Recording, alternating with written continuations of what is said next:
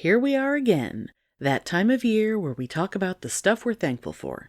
But this year, we gave it a bit of a twist. And I hope you all understand the episode title, Thankful Balboa. If you follow us on social media, you've seen us revisit past thankful sequels, such as Thankful 2, Electric Boogaloo, Thankful 3, Ragnarok, Thankful 4, The Revenge, and Thankful 5, The Gobbler Strikes Back. Well, it turns out the 6th movie in the Rocky franchise was Rocky Balboa. See? Podcasts entertain and inform. Now, I can't guarantee we can keep up this movie sequel thing much longer. It's hard, y'all. But that's for another time. Let's get grateful.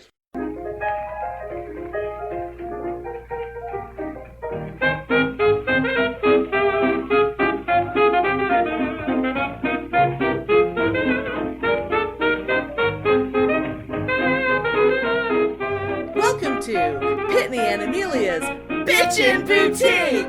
We may be awful, but we're right!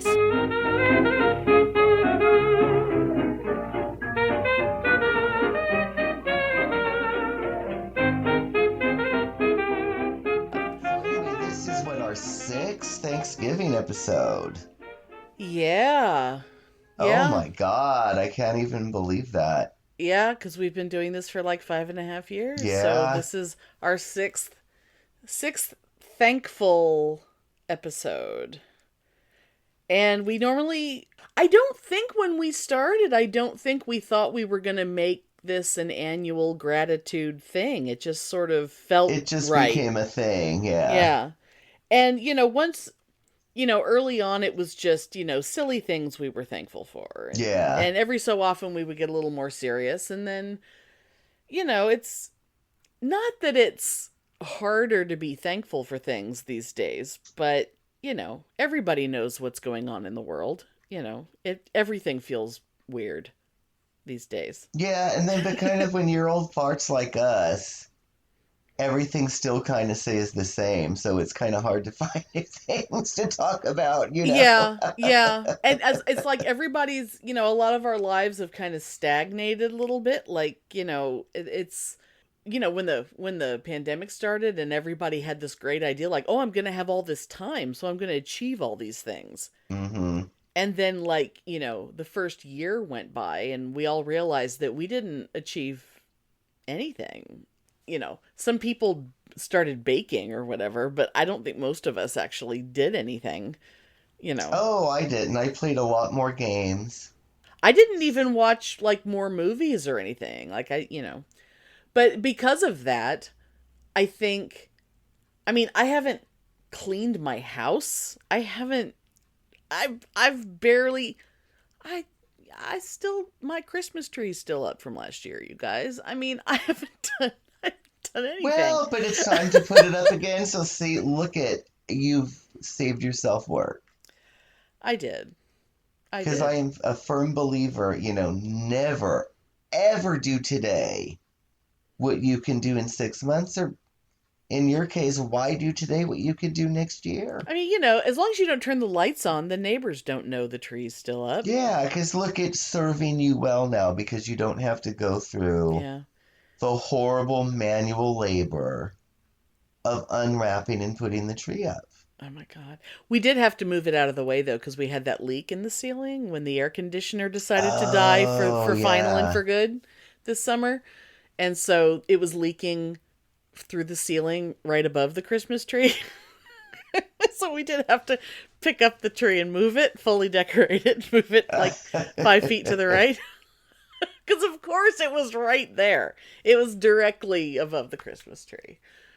But anyway, so this year we got, when this was, we knew this was looming. We knew the gratitude thing was looming, and Pitney came up with a spin on it that turned into what we think we're totally surprising each other with what we're going to talk about.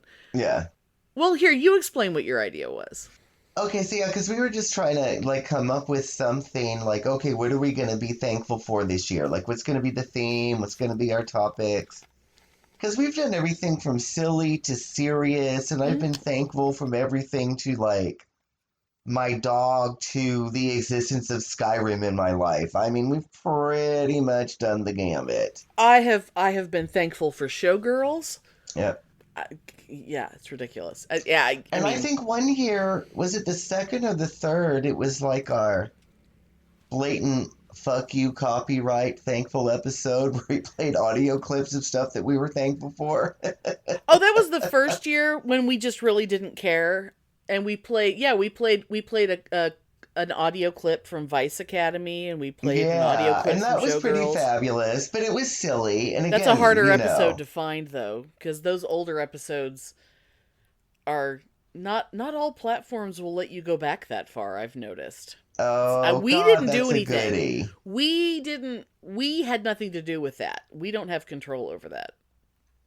I don't know why that's true. That's sad though, because those some of those old ones are pretty fucking awesome. I know. Maybe someday we'll release some greatest hits kind of stuff, and we'll re-release some old stuff. Oh, absolutely.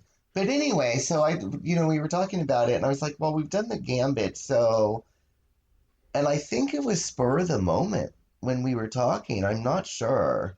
Yeah. But I was just like, why don't we both come up with things that we think the other one should be grateful for or should be thankful for? Yeah.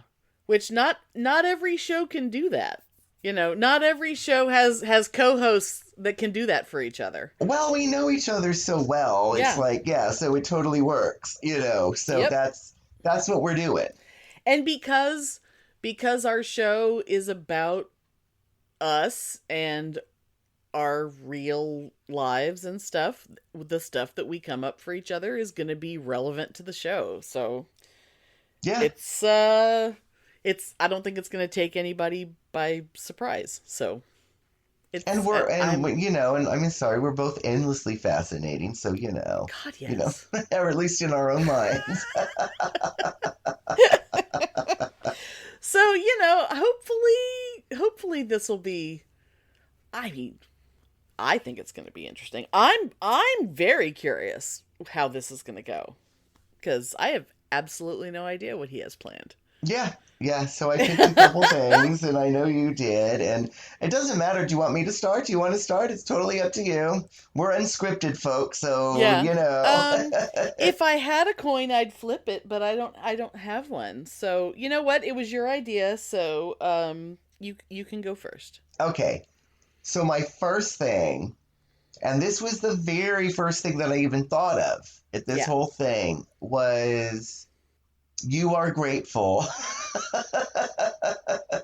You are grateful for your fabulous, ultra tolerant, amazing fucking husband. I knew it. I kind of knew that was going to be one of them. Because Oh your my god. husband is so amazing and Oh, so sweet and so kind and so yeah. generous. He's But such a good guy. he is, oh, and it's just fabulous. You guys have been married for this long and you still like each other and you still Oh laugh yeah. together and you still, but he's like, it's a rare man that will I say let, and that's the I bad know. I word, I but you know know. what I Yeah, mean. no. Yeah. Let is That a will word that let comes you up a do lot. all the stuff you do, like your fandoms Mhm. and your trips and going places and getting these obsessions and being lost in this fandom or that fandom. And he just takes it all in stride. And Oh that is yeah. a rare fucking man. Yeah. Yeah. I And he's mean, like, honestly yeah. not bothered. He's just like, oh, honey, whatever. And I think he's amused, but never bothered. Yeah. I mean, I didn't really realize how that he was quote letting me do things until until after we'd been married for a while and I started meeting like other women who were I mean, okay, I'll just be honest. It was mostly during the years when I was heavily involved in Clay Aiken fandom. Mm-hmm. That was something that was on my mind, yes. And that was amazing. And that was, I mean, I was traveling to other states to meet up with women that I had met online to go en masse to Clay Aiken concerts, and it was fantastic. It was some of the most fun I've ever had in my life, and some of the best friendships I've ever made. And I've just met so many amazing people through that, and a lot of them were married, and some of them would be like, "I can't believe your husband let you do this," and I just remember being like, he doesn't let me do anything. Like, it never occurred to me, and before people started saying it like that I was just like, wait, are other people's relationships not like this? Like, I started kind of thinking like, oh, I guess I do kind of have an unusual relationship. Is it actually that rare to marry the person who likes you exactly as you are and it's like, who I am is all of this is part of me. Yeah. My weirdness is part of who I am, and my getting really excited about stupid shit is part of who I am. And he wouldn't dream of trying to stifle any of it. Oh no. Because that would just, and it's not that he wouldn't do it because it would make me mad. It's that he wouldn't do it because he would be stopping me from being me. And it makes me sad when I think of other people's relationships, if I think that the opposite of what I have is actually more common. That people have to stop being who they are in order to be the married version of themselves. Oh, yeah, because I've had friends that are like, oh, let's go to a movie, or let's go to the Ren Fair for the weekend. It's like, well, I have to talk to my husband and see what's going on, because I don't know if he'll let me do this. And blah, blah, blah. And it's not even in the context of, we might have other plans. We might have a plan or something. It is seriously like, well, I don't know. I don't know if I'm allowed. Yeah. He may need me to stay home and make the bed and fry an egg for him in the morning, so I won't be able to go. Like that kind of thing. And that's pretty common. It's kind of gross, but it's common. Yeah. And like even things like, without going into too much detail, but like regular listeners know that I had a pretty shitty period a couple years ago. Mm-hmm. And it was because of a friend I had, this guy who was suddenly turned on me and things got really weird. And one of the theories, and it still may be part of the factor of what got weird, but was like potentially feelings happened on the guy's Mm-hmm. the guy's side of it. And when I talked to my husband about it, his reaction wasn't, why did this guy think that you were having this flirtatious relationship with him? It's like, well, this guy and I were always flirting with each other from the second we met. That was just like the nature of our friendship, and that was just how we were. And my husband never for a second felt any kind of threat from that. He didn't think there was something weird about that, because he knew that I wasn't doing anything. And being flirtatious is part of my personality. And, it's like, why would I stop acting like me? Yeah, and so many men would be like, I'm going to go kick his ass. How dare he?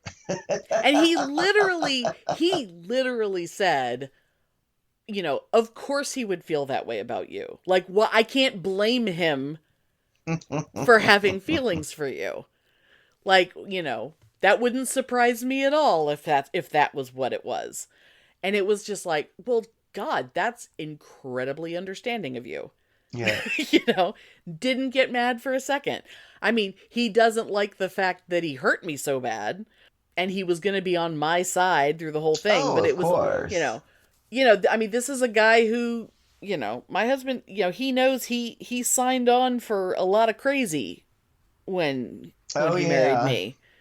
And it amazes me how he's just completely 100% dedicated to this mess, you know? Yeah, and it's like I become good friends with him too, and it's like Oh, yeah. over, since I've moved, I don't call him a lot, once a month, Maybe. maybe, You text if him a lot. that. But, we'll talk for an hour on the phone just talking shop about video games and old science fiction novels, Hmm. and we become good friends too, Oh, yeah. Oh, yeah, especially because once, like when you were spending the night at our house a lot, because when you were living in San Antonio but still working in Austin, so you would spend the night once a week or whatever in our house. Yeah, You yeah. guys would hang out on the back porch smoking, and I'd go to bed, and you guys would be up all night talking. Yeah, and I remember you told him that, really early on that he better like me because I kind of come with the package. Oh, I used to tell that to every guy I ever dated. Like, if you don't get along with my friends, like if I get a whiff that you're not getting along with my friends, you're not going to last because my friends are the ones who are going to stay. But yeah, I mean, but it's he is so utterly accepting of, you know. Now, granted, I will say that one friend turned out he didn't like him as much as I thought he did. He was always very, very nice to him and extremely kind to him, and he never would have let on that he didn't like that guy. Hmm. But he said he always thought that guy was kind of weird and pathetic, and he felt bad. He felt sorry for him. But that's also kind of the gentle, sweet person that he is. Yeah, yeah, He's not an asshole. right. It's like And as most long and as I most liked men him, he was going to are. be nice to him. Yeah, You know, and that it's like, boy, boy, did that guy screw up. Anyway, yeah. but So yes, I am absolutely. You are 100% correct. I am absolutely very, very, very grateful for my husband. yeah, so that was my first thing. Who, by the way, it's worth mentioning just because if I put it out there, it might actually happen. Um, he has started. I don't know if he's mentioned it to you yet, but he has started talking about maybe he and I should do a podcast. I still Oh, don't know what it would be about, that'd but be cool though, because he has such a good personality and is a good talker. yeah, It he would might. definitely be serious and Yeah, much less foul mouthed than you and me. It would be utterly different. yeah. But that's kind But of we don't know. cool. I don't know what it would be about. I keep telling him it's like I don't want it to be another version of this show, which Yeah. it wouldn't be because talking to him is different than talking to you. Yeah, I But mean, would you be Amelia or would you be, I'd be Amelia. I'm Amelia. Oh, okay, okay. Which I told him, does that mean he's Feely Nell? And he said, absolutely not. Oh, Celia now. For all the Slayers fans out there. I forgot I used to call him Philia. Was Feely Nell Amelia's father on I Slayers? think so. Yeah. And remember, he had that really voice test where he talked like this. And he would laugh. Oh, Yes. Oh, Feely Nell. oh my God. Yes, and I remember he had that crazy dark hair And the that big was kind of. mustache? Yes, and I'm telling you, your husband is Philia now. Oh. He's not the big mountain he used to be, though. No, but oh, I'm gonna have to start calling him that again. I forgot all about it. Oh my god. And I know him. I'll get a text and be two Yeah. words. Oh, Pitney.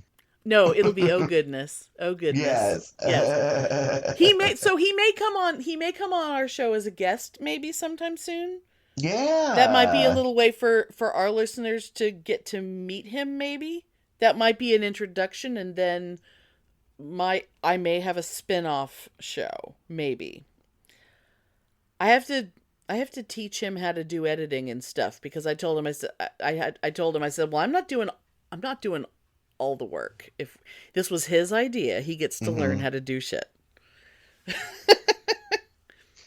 I put together not to sidetrack this more than like a minute, but I Mhm. just got to tell you, I Mhm. put together this guided meditation for ritual Uh-huh. that I added all, 3 different pieces of music, and then plus I had somebody like read a meditation because I can't meditate to my own voice, right? That was part Right. of a ritual.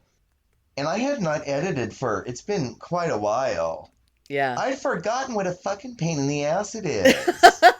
Oh my God, it is a pain in the ass, like a tedious, time-consuming pain in the ass.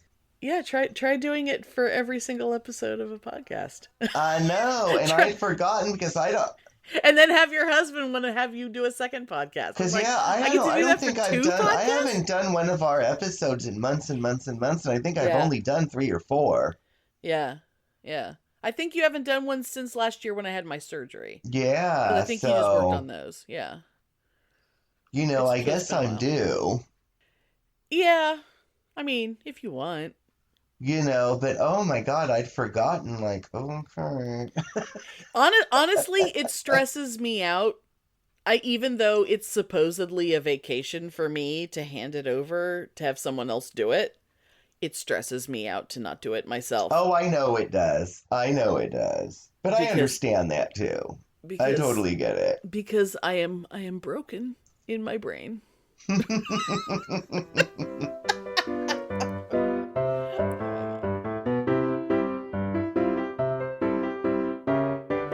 So anyway, so what's the first thing you got for me? Okay. Um I'm gonna um I'm gonna start with one thing that I definitely think that you should be thankful for. And certain aspects of this, I'm not 100% sure if we've talked much on the show about it, Hmm. but um I'll just encapsulate it by saying your work schedule. Since you have been working for, have you, I don't remember if you've said where you work specifically. You work for a big store. I I don't may remember if have you've said, but yeah, let's not. Okay. Yeah. You work for a large store, and you you like fill or like delivery orders. Hmm. Like you do personal shopper kind of delivery order things. And when you first started there, you were working, full time like anyone else.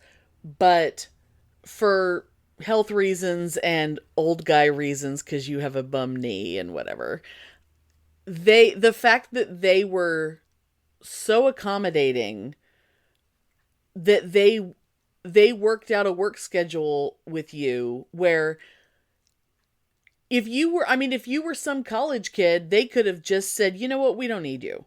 Yep. But you were so valuable to them that they figured out a way to keep you on and have you work as little as possible so that they would still get to use you, Hmm. but in a way that wouldn't aggravate your bum knee and, give you plenty of time in between shifts and whatever, and that your schedule was so much more flexible. And the fact that you are able to have, not just that they were able to offer you that, but that you were able to have that work schedule, really, it's an amazing thing. And I think most people would not be able to have that kind of a schedule and be able to live on it.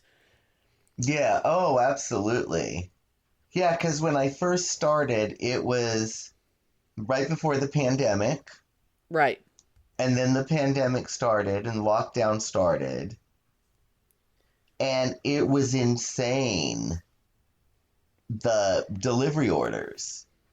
Yeah, because the nature of the job changed because the pandemic happened. And I want to say for the first 9 months I worked there, I was working like 50, 60 hours a week. Right. Because Because it was all shopping was crazy. orders all of a It sudden. was Yeah. constant, noon to midnight, 11 to 11, because it was so fucking insane. Right. So I proved my mettle to Yeah. them, you know.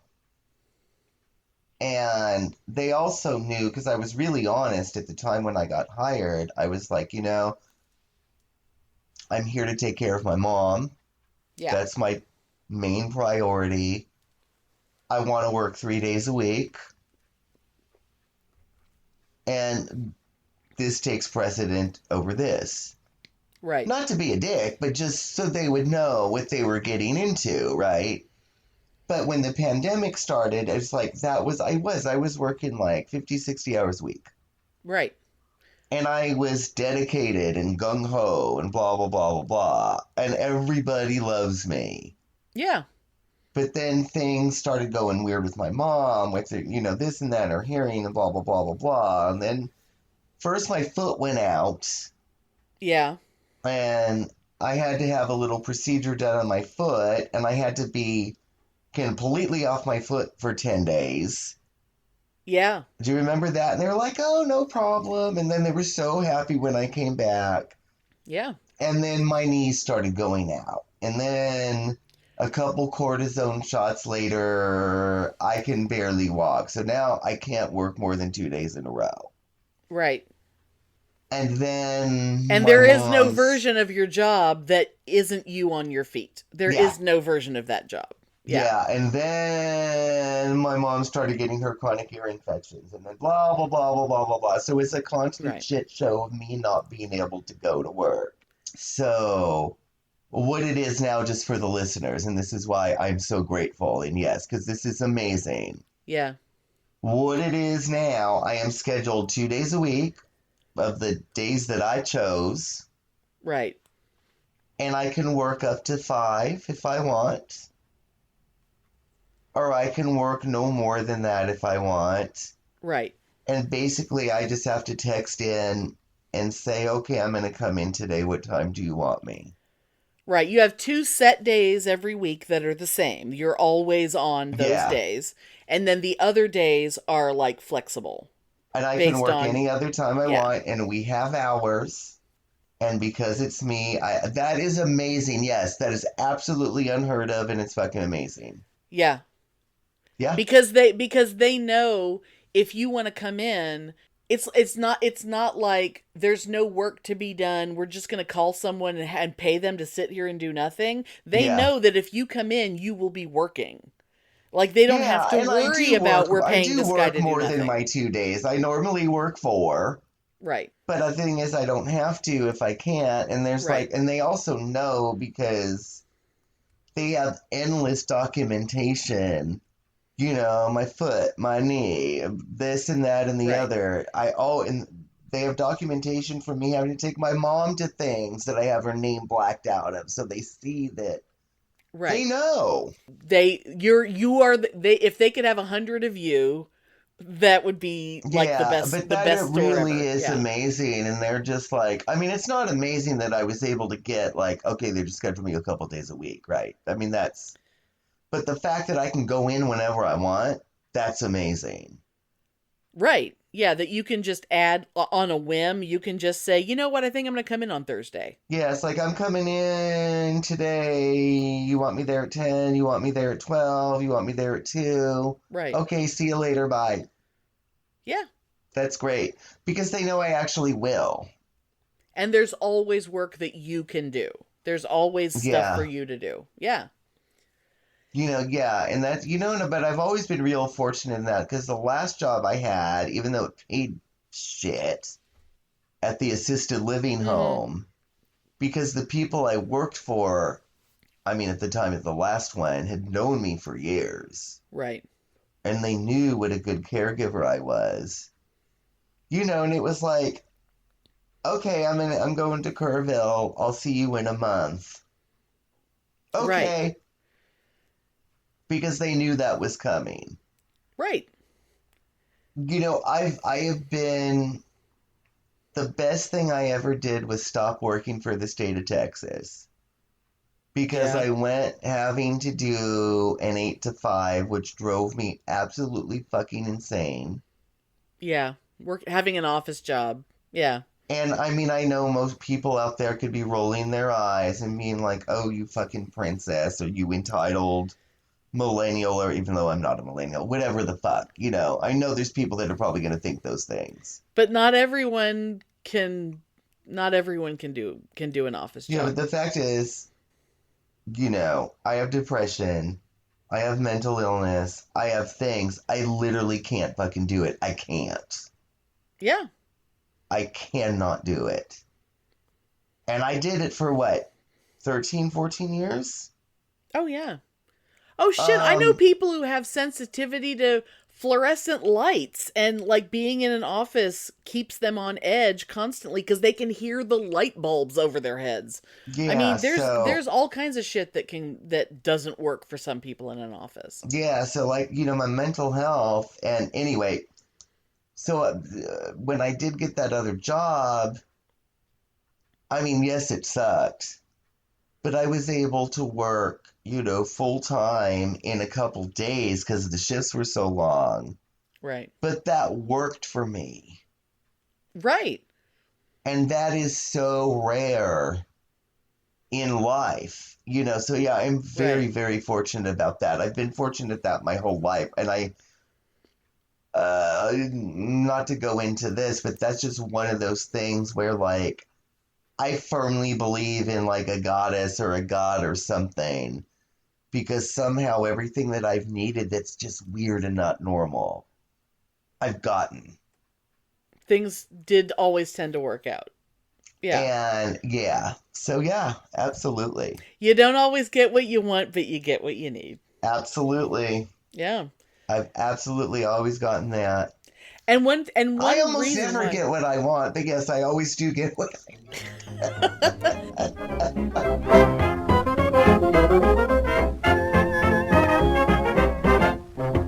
Well, hello, America, and thanks for coming. My name's Seth. What's yours? Hey, it's Jamal. And Stony. Have you ever had drag race withdrawal?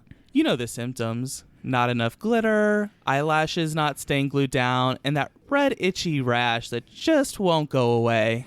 You should see a doctor for that. And the only prescription for your blues is more Thanks for Coming, the most magically gay podcast. With at least 150 podcasts, 7 seasons of Drag Race coverage under our belt, and topical queer discussions, there's a little bit for everyone here. That's right. We're even featured on Cosmopolitan's list of top 7 RuPaul's Drag Race podcasts that spill the hottest tea. Join us every week as we bring you a fun recap of the latest episode of whatever season we're covering. It'll make you feel like you're back on the couch discussing the latest episode of Drag Race with all your friends.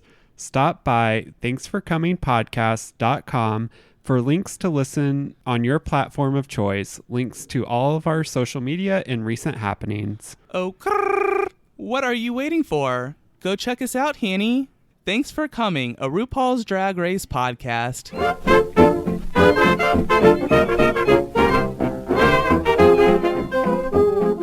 Well, and a big part this time, a big part of why you are able to work 2 days a week is because of the fact that it's all interconnected with why you need the schedule that you need is because you're living with your mother. But that's also tied in with you can afford to only work that much because you're living with your mother. And so you're not, you're living in an extremely expensive city, but you have no rent. I have no rent. Yeah, no one doesn't have rent in that city, but you have no rent because you are, as weird as it is, living in your childhood bedroom. Yeah, but you have no rent, so it's worth it. But because you're taking care of your mother, because of all these other factors, it enables you to have this freedom from your job. Like you found the job that gives you the freedom that you need to be able to afford to do what you need to do, but still, I don't know how to explain it. But it's all interconnected. And it's like, I have no financial, for the first time in my life, I'm not broke and worried about money 24/7. Right. And yes, it's because I'm living here. But, I mean, the house is long paid for. It's on Prop 13 property tax. So the tax is like a quarter of what a rent would be on an apartment here, and that's for the whole year. Oh, yeah. Yeah, people would be So amazed. people think, oh, like I'm mooching off my mom and blah, blah, blah, blah, blah. That's not the case. I pay for my own shit. I just don't pay rent. Right. But rent is, when you're talking the San Francisco Bay Area, rent is an enormous amount of money that you're not having to pay.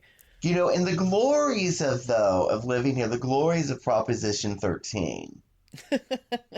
The property tax on this. Yeah, explain what it is, because it's a weird concept. It's so fucking outrageous to live here. Yeah.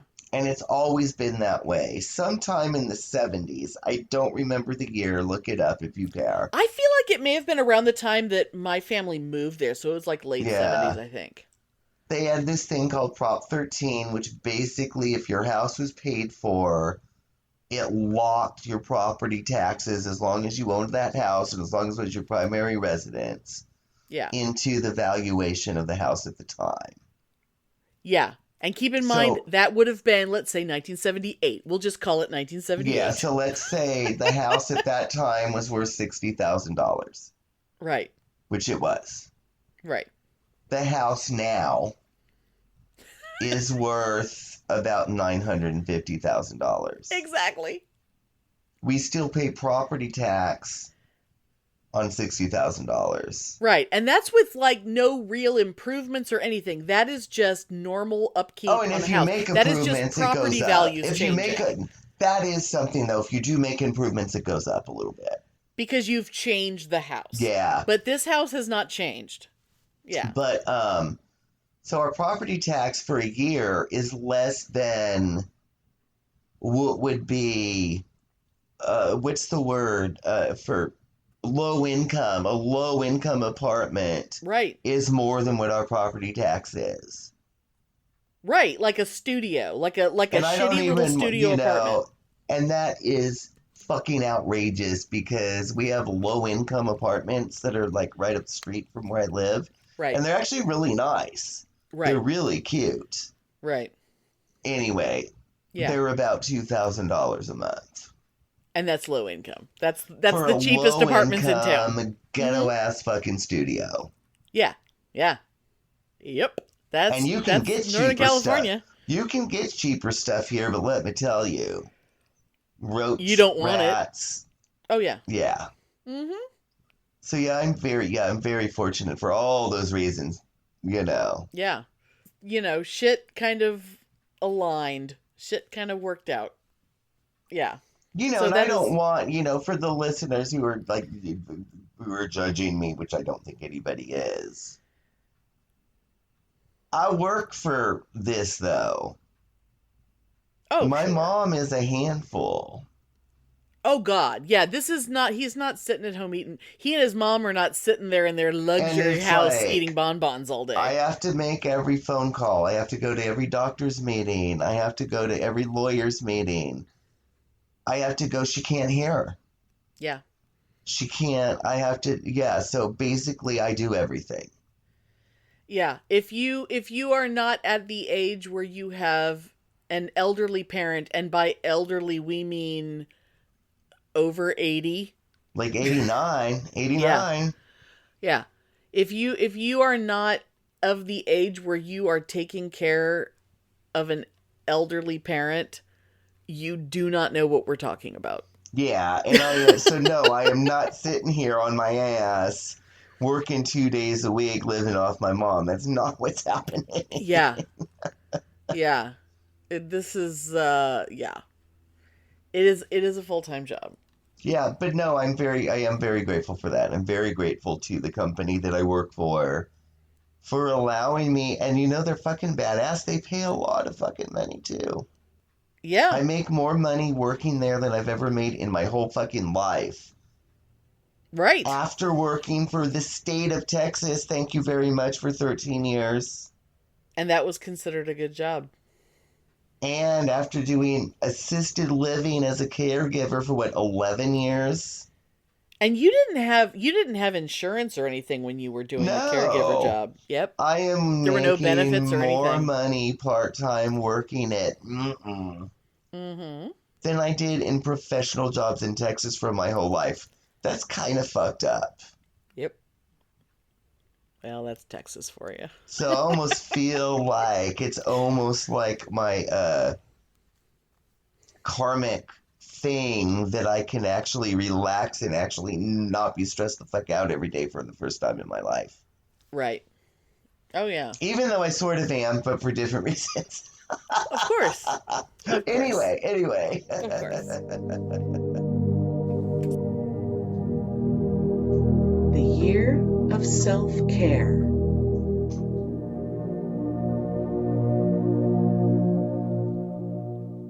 You've been trying all year to take better care of yourself, to practice mindfulness, to listen to your body and give it what it needs. But maybe you're still not feeling all that great. Maybe it still feels empty. Maybe you find yourself getting angry that you're making all this effort and you don't feel fixed. Or like it ends up feeling like you're just making more demands on yourself. Like, oh sure, how come the answer is always that I need to take more responsibility, to do more, and if it doesn't happen, it's my fault. Hey, this is me talking. You know I'm right there with you. And this episode is about being thankful.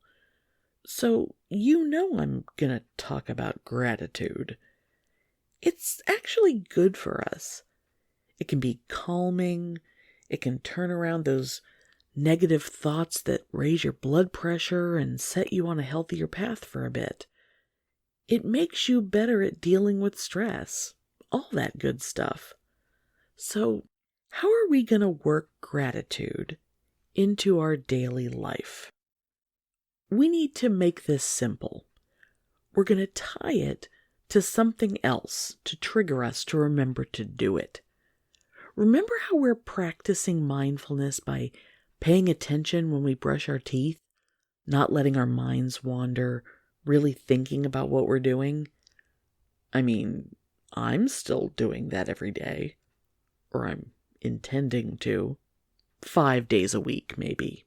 But that's 5 times more than not doing it at all, right? So, here's a thing we all deal with fairly commonly. Something actually kind of annoying. Load time.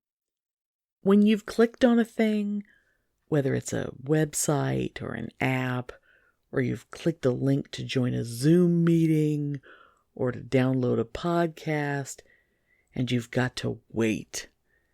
And those of us who are old enough to remember not getting things instantaneously, we know deep down that it's ridiculous to get annoyed and impatient, but we do anyway.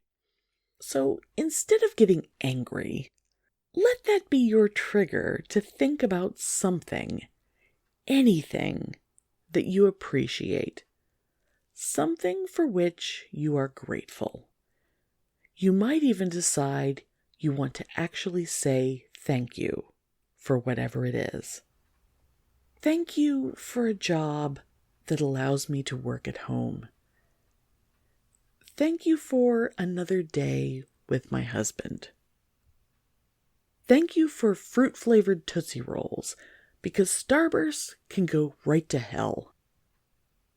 And thanks to everyone who actually listens to these self-care segments and doesn't just skip over them.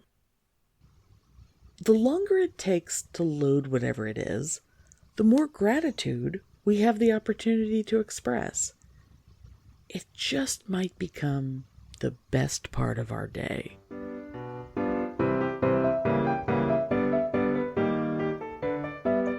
the next thing I came up with that you're grateful for, and I'm going to say it in this way, but then I'll explain it because I don't mean it in the way that it sounds. Oh, okay. Is you are grateful for me. Well, I think that goes without saying. but okay. Yeah. I think everyone knows that that's true. Yes, but I don't mean it in that way. What I mean... Oh, yes, you do. What I mean by that is... Well, I mean, I do, but that's not specifically what I'm talking about. But what I mean is, and I guess this goes both ways, goes both ways too. In people, all my friends and stuff, because, most of my friends are, our age. Yep. Which means we're in our 50s. Uh-huh. And I've realized it's pretty rare for people to still have good friends that they've known their whole lives. Oh, yeah. Most people are like, oh, I lost touch and blah, blah, blah. And it's so easy to lose touch with people. Yeah. most people, they go, they have like friendships for, years and years and years, but then they kind of go by the wayside or something happens. Our situation is unique that it's very, very rare for people to be friends at this point in our lives that we've been friends since we were like teenagers. Yeah. And you have that with me, and I know there's other people that you've had like not quite as long as me, but you've been friends with for decades. Mm-hmm. That's kind of rare. Yeah, definitely. Possibly not having children is a factor. I think when people get married off and have kids, that sends them into different directions, and so I think that drives people apart, like not like in a bad way, but just I think it's like a natural thing. Oh, that's true, yeah, because they build a whole different life. Yeah. So you and I were able to stay, even though our lives are not super similar or anything, but we've managed to maintain most of the same interests and hobbies and whatnot that we've always had, because we didn't have to divide our time with, children. Yeah, but I think it's interesting that, like, being friends with someone for this long, and I guess I'm talking about both of us, I guess, yeah. Right? As far as the grateful thing. But it's like I always thought, I talk to people, oh, well, I used to be interested in this, and I sure wish I could do this again. But, the kids and the wife and the job, oh, I just can't, and blah, blah, blah, blah, blah. And I think that when you're friends with somebody for so long, it almost keeps those lifelong interests alive. I think, well, yeah, if there's someone you're sharing your interest with. It's a shared thing, and there's not so much like, oh, everyone I know now is like from the mom's club at the school, and I wish that I still knew somebody that was into so-and-so, because I sure do miss doing that. You know what I mean? You don't have that. You've been able to be, you know what I mean? Well, and it also, like in the case of me, like, I married someone that, granted, he and I don't have all the same interests, but our interests overlap and we encourage each other's interests. So neither of us had to stop doing a bunch of shit because we didn't stifle that in each other. But I think having kids makes you like, well, I can't do stuff because what if can't drag the kids to the club. Yeah, well, no, or I'm not talking about clubbing per se. It's just other, I wouldn't be doing that anyway. Oh, no, me neither. Because I have to go to bed by 8:30. I mean, I could do it. Because I'm an old person. I could do it, but oh, girl, no, I haven't done that in years and years. I've gotten into the habit. I swear to God, if I haven't eaten my dinner by 4:30, yeah, it's like I just don't feel well the next day. Yeah, but I realize, and I think it's maybe for our generation, it strikes me because for our generation, I think it's unique because my mom, she has two friends that are still alive. Yeah. They have been friends since like junior high. Yeah. So we're talking they have been friends since World War II. Yeah, my mom's friend Harriet, when she graduated from high school, when she got her first job, Harriet worked in the same office and they were friends their whole life. And in fact, I just realized, like, I was the one who was keeping in touch with Harriet there for a while. I need to Yeah. call Harriet, see how Harriet's doing. But yeah, and my dad, he had like his two buddies growing up. You know, of course, my dad also was one of those people who actually grew up in a hometown, and well, you had that. You know, Yeah. I'm the weirdo that didn't have a hometown, but you know, like the guys he ran around with in grade school that, you know, he knew his whole life, you know, he still talks about those guys. I don't think either of them are still alive. But those are, you know, those are his two friends. You know. Yeah, and I think it's just like, I mean, I'm just going to say Michelle because it's fine. Mm-hmm. Our friend Michelle, Yeah. who I'm so happy they gotten back in touch with. I'm the only person she knows from back then. Yeah. And it's just for our generation, it's rare for people, and that's kind of sad. And so you have that, and you should be grateful for that, and I have that, and I should be grateful for that too, because it's Yeah. unique, and it really does. I think it enhances your life. I think it. Not that Yeah. people are less authentic, but I think that you know what I mean. I just feel You can have someone who really knows you, but if they only know you now, yeah. how much do they yeah, really know you? Yeah. Like, you knew me when I was 14. Yeah. You knew And what me, was I, 15? 16? You were like 16, yeah. Yeah. Yeah. Oh, Lord. Like, we knew each other when we were virginal. Yeah. We knew each other pre-slutty. Yeah. We knew each other when we were slutty. Yeah. And we knew each other old people who were too tired and were too tired to have sex. Yeah. because we're old people.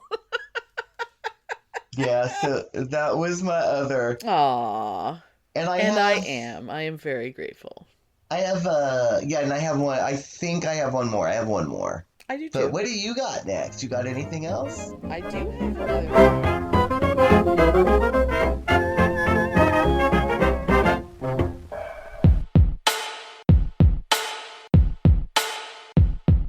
The Bitchin' Boutique. Yes. I think we need to give them a thing, Spike. We can give them a drop that they could play on their Yes, show. I think we've got to find some time and get I time think we to should do it that. right now. I think we should do it right now. Look, I'll show you how easy it is, Spike. Watch this. I'm just going to do it live. Okay, do it live. Like that bloke screams. I'm just going to do it live. Watch this. Hi, this is Dr. Dan from the Two Skeptical... I can't do it now. Look, I can't speak. Too much pressure. I'll try again. Take 52. Hi, this is Dr. Dan from the Two Skeptical Chaps podcast, and you are listening to the most bitchin' boutique. See? That was easy, wasn't it? Okay. They could send us one, we could play it in ours. There Yeah, you go. yeah. Right, you do it. Yeah. Right, off What do go. you want me to say? Whatever comes to mind. Hi, this is Spike from the Two Skeptical Chaps podcast, who ain't no bitch, but you're listening to the Bitchin' Boutique. Oh, that was good. I hope they use that. Let's see if they cut it and put it in their next show. Diplomatic community.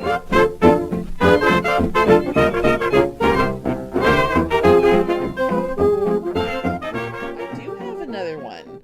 And this is kind of a weird thing, and you might argue with me.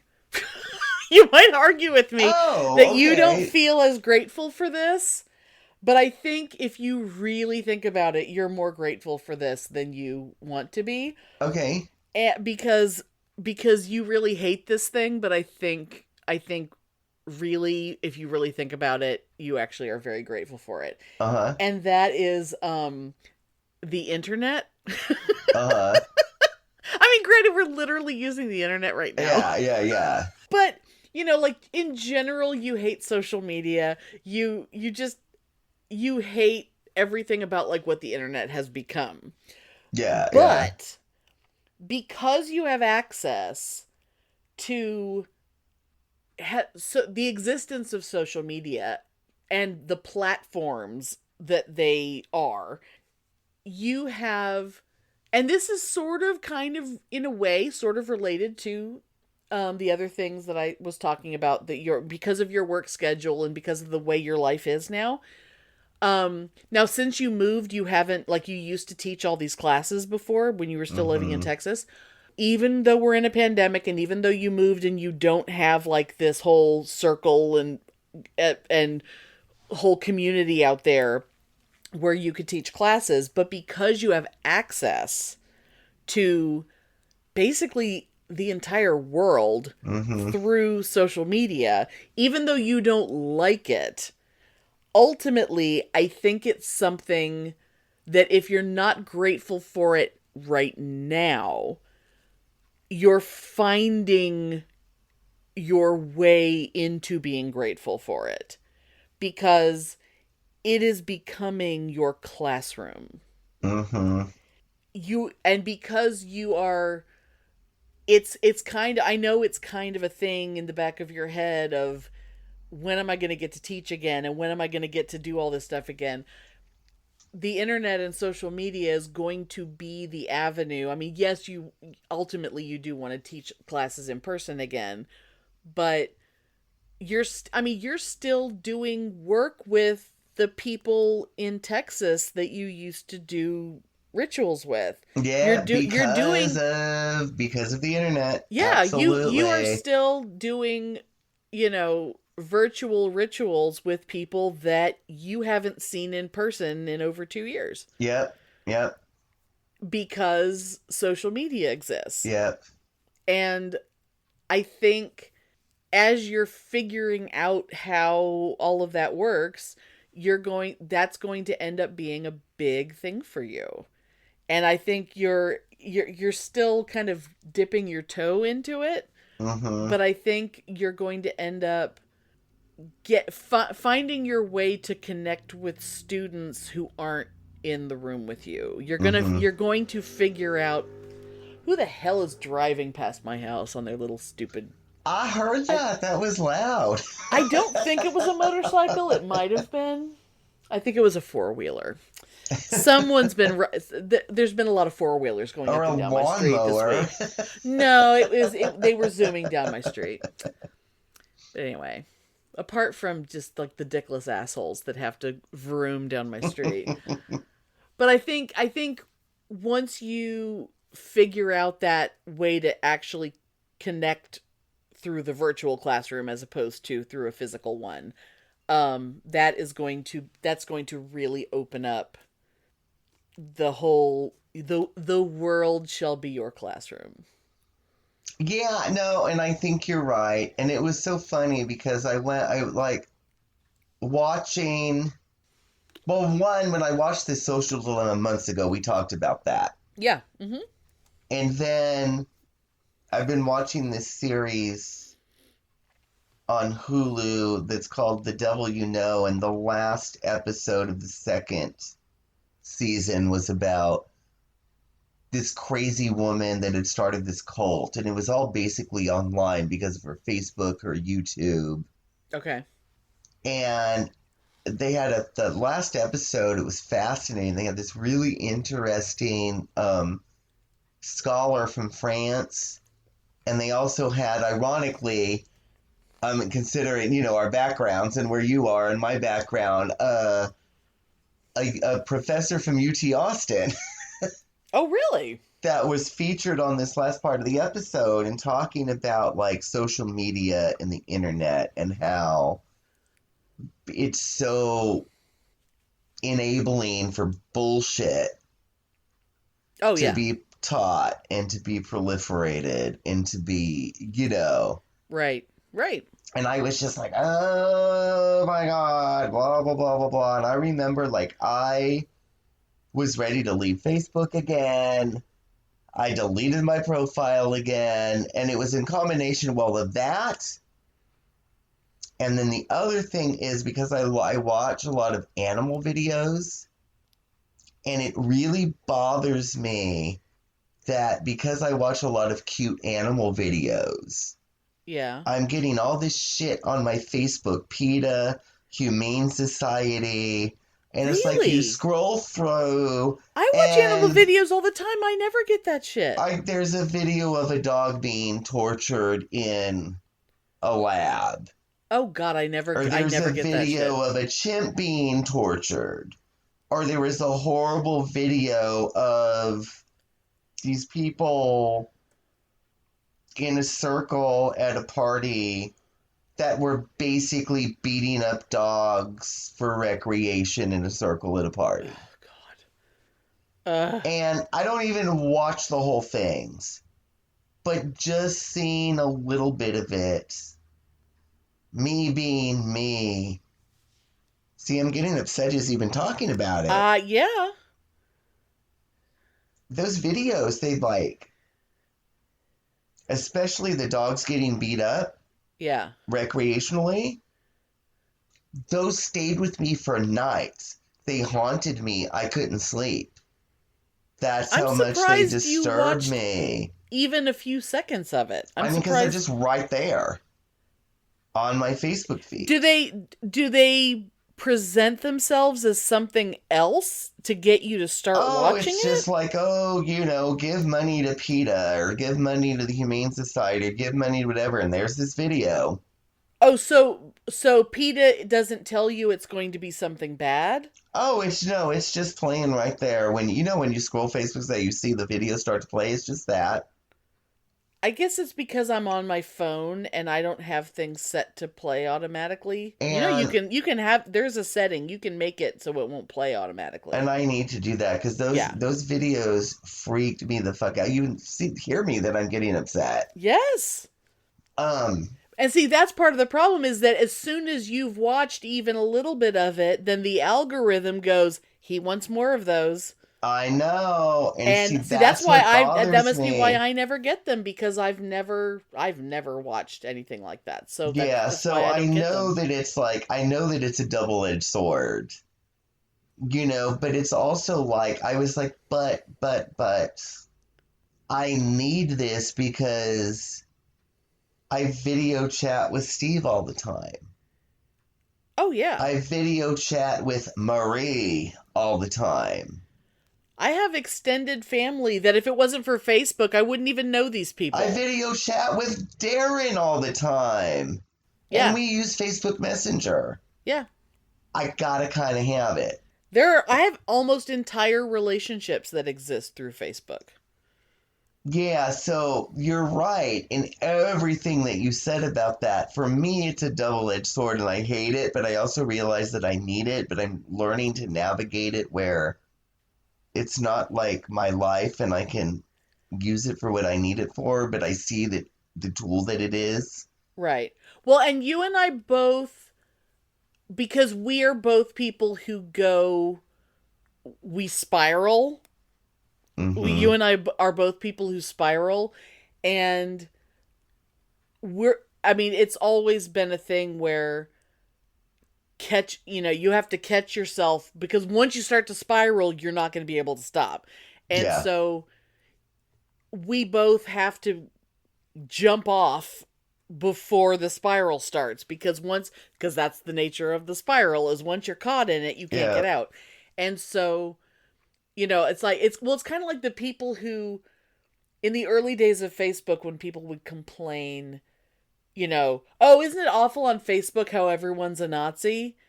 And I'd be like, really? Because on my Facebook, nobody's a Nazi. Yeah. And they're like, yeah, but when you friend everyone you went to high school with, and then you realize everyone you went to high school with is a Nazi. And I'm like, why did you friend everyone you went to high school with?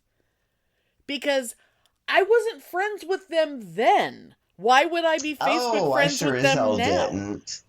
Because, and that's one of those things, like, I have no, if I'm not friends with you, why, if I didn't like you then, why am I going to assume I would like you now? Oh, yeah. So there's a lot of people who, there's so many people who blame, now granted, there are aspects to it that are shoving content towards people. Yeah. But people were the problem first. People were being fucking stupid, and people caused Facebook to become a goddamn cesspool by encouraging the cesspool, by befriending the fucking cesspool. Yeah. Yeah. And it only became worse because they participated in it.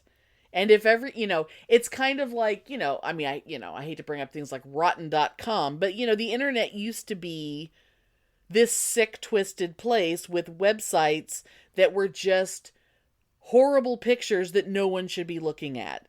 And yet there were people who would sit up all night scrolling through pictures they shouldn't be looking at, of crime scenes or whatever. Yeah. And I remember, so, if someone said, "Oh, have you ever seen the picture of such and such?" Like I've seen pictures of like dead celebrity crime scene stuff because I stupidly thought, "Oh, I can't believe that's out there. That's weird. Oh, I'm going to click on this." Why did I click on it? Yeah. Why and there's certain images that are in my head that will be in my head forever. Yeah. And it's because in the early days of the internet, that I stupidly thought, "Oh, it won't do anything for me to click on this image." It did though, because it's still in my fucking head. That's what I was talking about with these. Yeah. That dog video and that chimp video. But anyway. Yeah. But yeah, no, you're right. Yeah, no, I am grateful to the internet because I'm realizing that it's making me, and where else could I find all these weird Kiss videos and Linkin Park videos and all this stuff? Oh, yeah. I mean, everything like you want is out there. The picture that I texted you today, from the Music from the Elder period of Gene Simmons and Paul Stanley kissing a little girl on the cheek. I saw that. Which is one of the cutest things I've ever seen in my life. And I don't even know why that picture exists or who that little girl was. But I thought I was going to die because it was so cute. Yeah. Yes, I am. Yes, you're absolutely right. I am grateful for the internet and yes. Yay.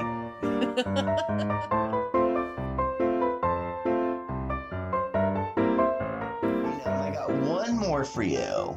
You do? I got one more for you. Aw, okay. You are grateful for. Don't you like that I say like it's a proclamation? Hear ye, ding, ding. You are grateful for your fabulous house. It is pretty fabulous. Because that house is such... And I mean, this ties into a whole bunch of things. Because that house is such a reflection of your personality. Oh my God. And your sensibility and your aesthetics.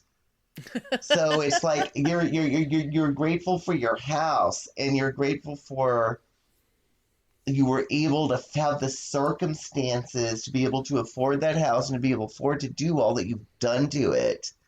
Because it's so like... Because we waited till we could afford it. I've rarely seen anybody whose home... I mean, I have, but it's rare, that reflects their personalities in such a way as yours does.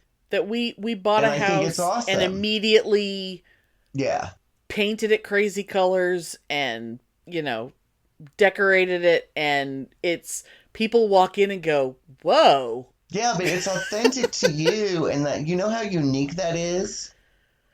Yeah, it must be because people are always shocked when they see it. Yeah, because people are like, "Oh, I bought this house," and then you walk in, and it's like, "Hey, look at those granite countertops."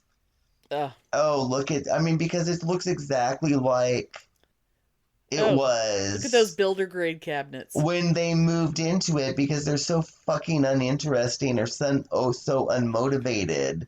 One thing I'm grateful about this house... They won't do anything with it, but you have a space that you've made your own, and that is, like, absolutely amazing. I think that's something to be grateful for. And one of the things I was most grateful for is that unfortunately, it was the immediate previous owner, the one who was murdered, but she redid the kitchen.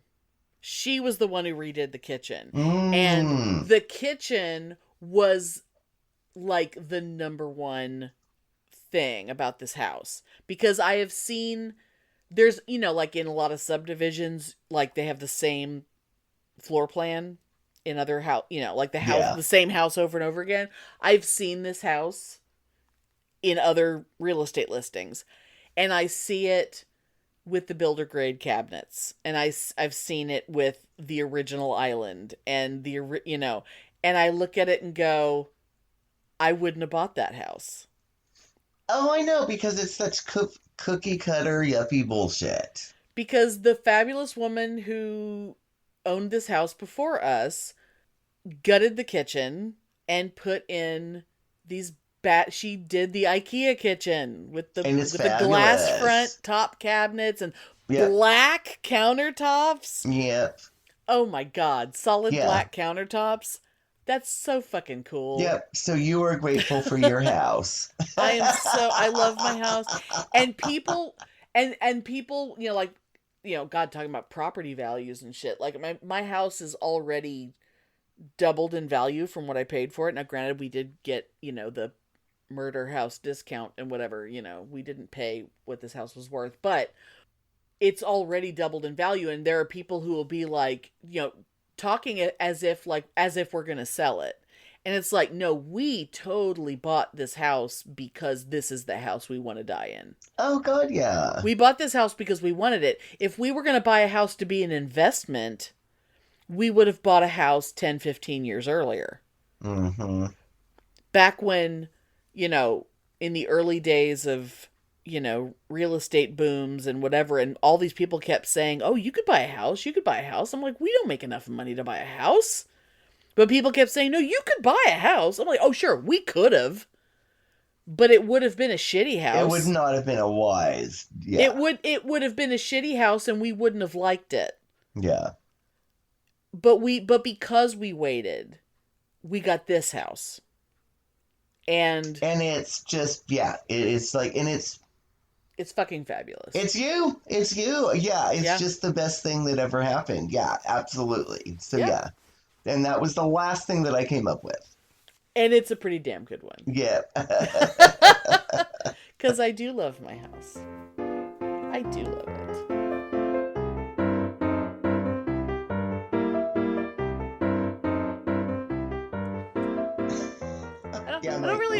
It feels like we should have some kind of like a little sign off. We normally don't do like a sign off, and we usually just let things trail off. But for some reason, I'm feeling like we should have a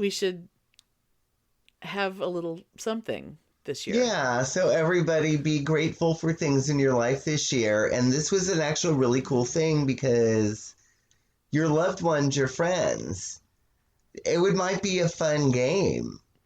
Get together at Thanksgiving and talk about what they think you should be grateful for. And it changes your thinking. It's a lot of pressure to talk about what you should be grateful for, but it's weird how much easier it is to tell other people what they should be thankful for. Yeah, and it's really, really cool. And I got to say in closing, something that I'm infinitely grateful for, and I'm going to be sentimental. Alan and Darren, I love both of you very much. And I'm very grateful for you every day. I think you did them last year, I think. I think you did. We are definitely thankful for everybody who's listening, because we've had a pretty we had a bit of a dip early in the year, but we've had some growth this year, and we've just to be weird. The Good Pods app, you guys. I was not planning on saying this, but if you haven't checked that app out, if you're like not sure where you want to listen to podcasts, if you're still searching, shopping around for a place to listen to podcasts, check out Good Pods, man. They're very, very cool to small. It's really unusual for an app to cater to little independent shows. Like yes, us. And they love us. They love us. They love us, and they actually, if you're looking for little shows because you want to support little shows, they make it very easy for you to find little shows because they have ways of you can literally flip a switch when you're searching and make all the big shows go away. To be like, fuck you, NPR. I don't want to look for an NPR show. I want like a real podcast and not a big giant radio show or whatever. It's fantastic. They're very cool people and we love them. But anyway, that's enough. Yes. That's enough of a commercial for them. Yes, and happy Thanksgiving. Yes. Eat turkey, get drunk, and don't fight with your grandma. Or do if that's, if that's fun for you.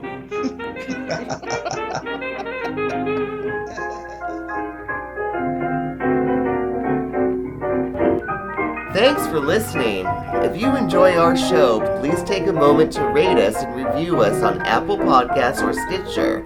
If you send us a screenshot of your review, we'll send you a Bitchin' Boutique sticker. Everyone loves stickers.